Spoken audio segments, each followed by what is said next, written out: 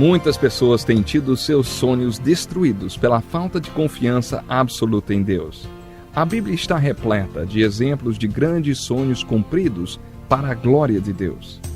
Encontro com a Palavra é um programa escrito pelo Dr. Dick Woodward e narrado por Pastor Edson Bruno. Ouça e descubra verdades que lhe ajudarão no seu dia a dia. Com você, Pastor Edson Bruno.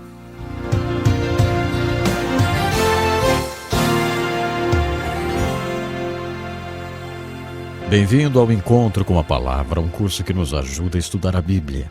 Estamos estudando o livro mais importante do mundo e estamos felizes por você ter se unido a nós nesse curso. Vamos continuar o estudo do Velho Testamento e especificamente do Pentateuco, os primeiros 5 livros do Velho Testamento. Na nossa última aula paramos no livro de Números. Vimos que o livro de Números nos apresenta a verdade usando alegorias, uma verdade impressionante que nos desperta se estivermos apáticos. Mas uma verdade que pode encorajar nossos corações se estivermos no centro da vontade de Deus. Lembre-se que há uma alegoria sobre a salvação que começa no livro de Gênesis e continua nesses primeiros 5 livros da Bíblia. Sempre, segundo a ordem do Senhor, os filhos de Israel seguiam viagem. E segundo a ordem do Senhor, paravam e se acampavam. Permaneciam acampados todos os dias em que a nuvem repousava sobre o tabernáculo.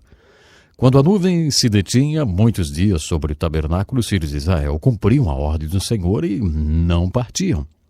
Se acontecia de a nuvem deter-se poucos dias sobre o tabernáculo, segundo a ordem do Senhor, permaneciam acampados. E segundo a ordem do Senhor, partiam. Sabe, essa é uma linda história de um milagre que para nós simboliza a unção do Espírito Santo e o ser cheio do Espírito. Lembre-se que a tenda de adoração mais tarde, no Novo Testamento, torna-se a figura dos nossos corpos. O Espírito Santo nos unge, habita em nós e nos enche da mesma forma como ele fez naquela tenda de adoração no tabernáculo. Quando aplicamos esse milagre do livro de Números, descobrimos uma verdade surpreendente. Você pode perguntar: se a nuvem os guiava, se quando a nuvem se movimentava, eles também se movimentavam, então por que a nuvem não os fez passar direto pelo deserto, pelo Rio Jordão e finalmente para a terra prometida? Se eles estavam seguindo a orientação de Deus, por que andavam em círculos? Acho que é uma grande verdade aqui, se pensarmos que Deus tem limitações. Deus realmente tem limitações por causa das nossas fraquezas, claro, não das dele. Deus nos fez criaturas com capacidade de escolha. Isso para Deus é sagrado.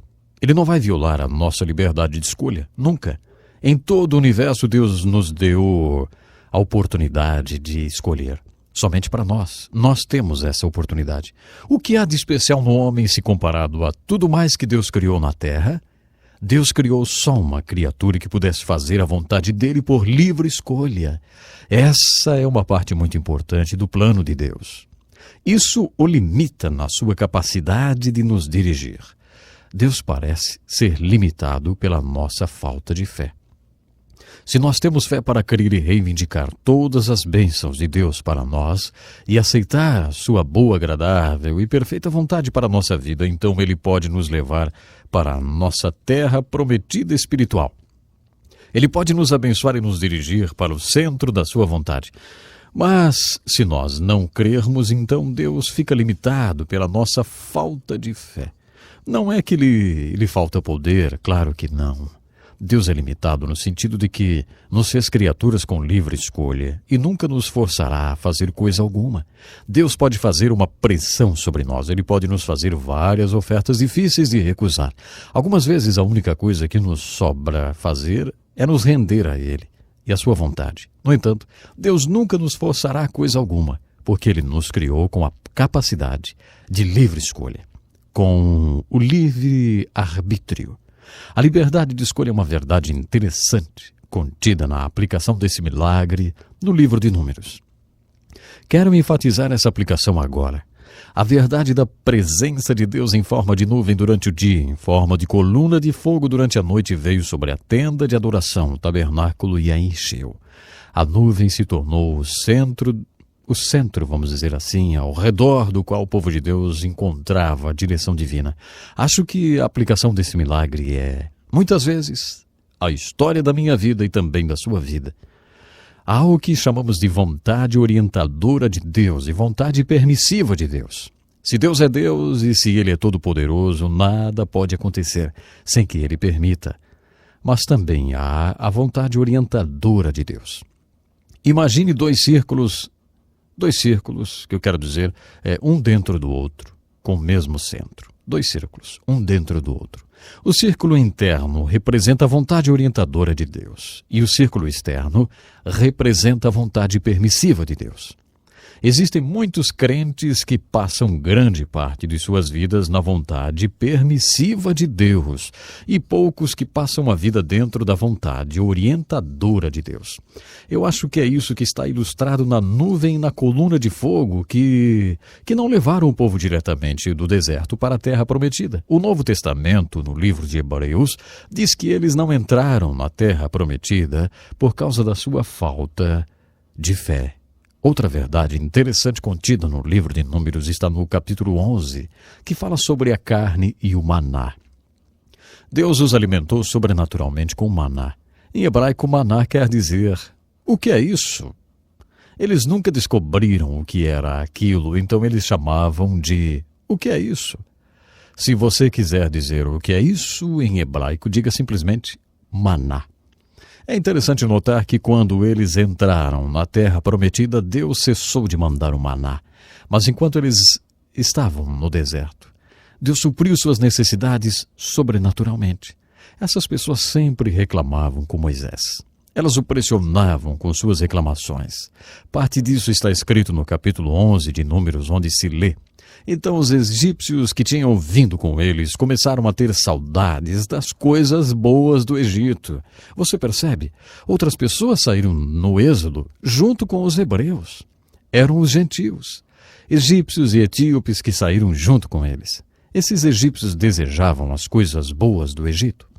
Lembre-se que o Egito é um símbolo da nossa antiga vida de pecado no mundo. Há uma alegoria aí. Os filhos de Israel se juntaram a essas pessoas e choramingaram. Ah, se nós tivéssemos carne para comer! Ah, se tivéssemos um pouco das delícias do Egito!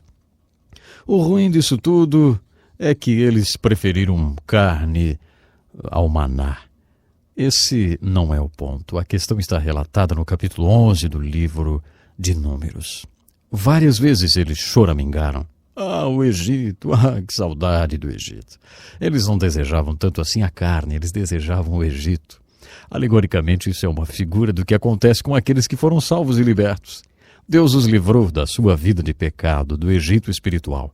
E depois de terem sido salvos e libertos, eles se voltam e dizem, ah, o Egito, que saudade.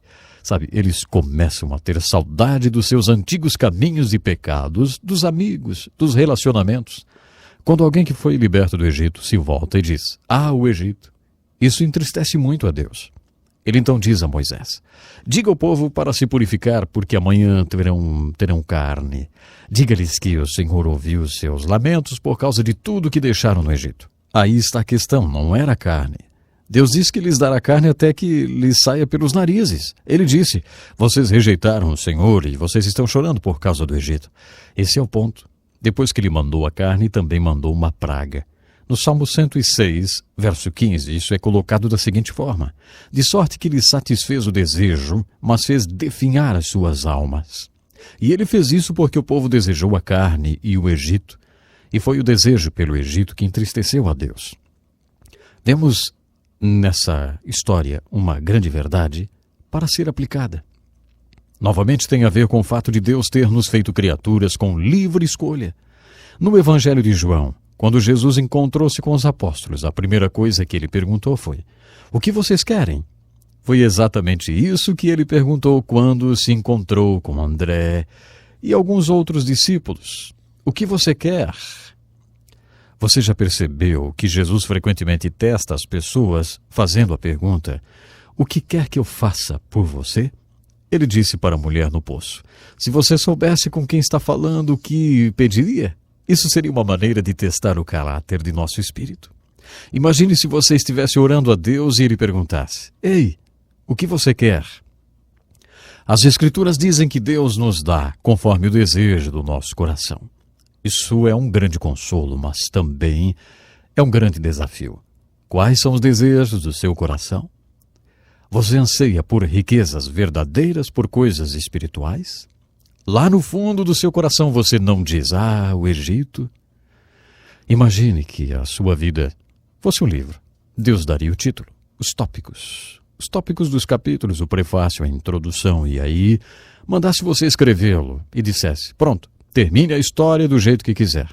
Eu já tenho o esboço do livro e o revelarei, se você realmente quiser saber. Você foi feito com capacidade para escolher. Escreva a história do jeito que quiser. O que é que você escreveria, hein? Você pode ter o que quiser. Se quiser carne, Deus vai dar carne até que saia pelo nariz. Se quiser dormir por aí, se quiser viver uma vida de pecado, você pode. Há muita gente no mundo que quer fazer a mesma coisa. É só uma questão de tempo até que você as encontre. Você pode ter o que quiser, ou as riquezas verdadeiras, ou as riquezas espirituais que Deus quer dar. Você pode ter a boa, perfeita e agradável vontade de Deus para a sua vida. A vontade de Deus é perfeita, a vontade de Deus para a sua vida é sempre boa. A vontade de Deus é sempre perfeita. E de acordo com o ponto de vista de Deus, a única agradável para a sua vida. Você pode ter isso. Pode ter as riquezas verdadeiras ou pode ter o Egito. A escolha é sua. Não importa o que seja, Deus lhe dará. Acho interessante o fato de que o livro de Números mostra Deus respondendo reivindicações do povo de Israel. Mas mostra também que Deus fez definhar as suas almas. Isso é a vida de muitos crentes. É claro que no livro de Números encontramos o desafio para que não seja assim conosco. Podemos lucrar com as experiências dos filhos de Israel no livro de Números e sermos desafiados a entrar na terra prometida, da boa, perfeita e agradável vontade de Deus para as nossas vidas. Quero terminar o estudo do livro de Números com a pergunta: você está vivendo a vontade de Deus para a sua vida ou está andando em círculos, hein? Com todo o meu ser eu exorto a que você decida no seu coração pela boa, perfeita e agradável vontade de Deus. Entregue a sua vontade à vontade de Deus incondicionalmente, para que você tenha a vontade dele na sua vida. A vida é curta demais e demais preciosa. O livro de Números está nas Escrituras para nos alertar que a paciência de Deus tem fim. Deus pode chegar num ponto com seu povo onde ele diz: está bem, vá em frente, faça do seu jeito, faça as coisas do seu modo. Eu vou encontrar outra pessoa que faça minha vontade, para que eu seja glorificado. Mas, querido ouvinte, eu espero que esse não seja o seu caso. Espero que você deseje realmente conhecer e seguir a vontade de Deus.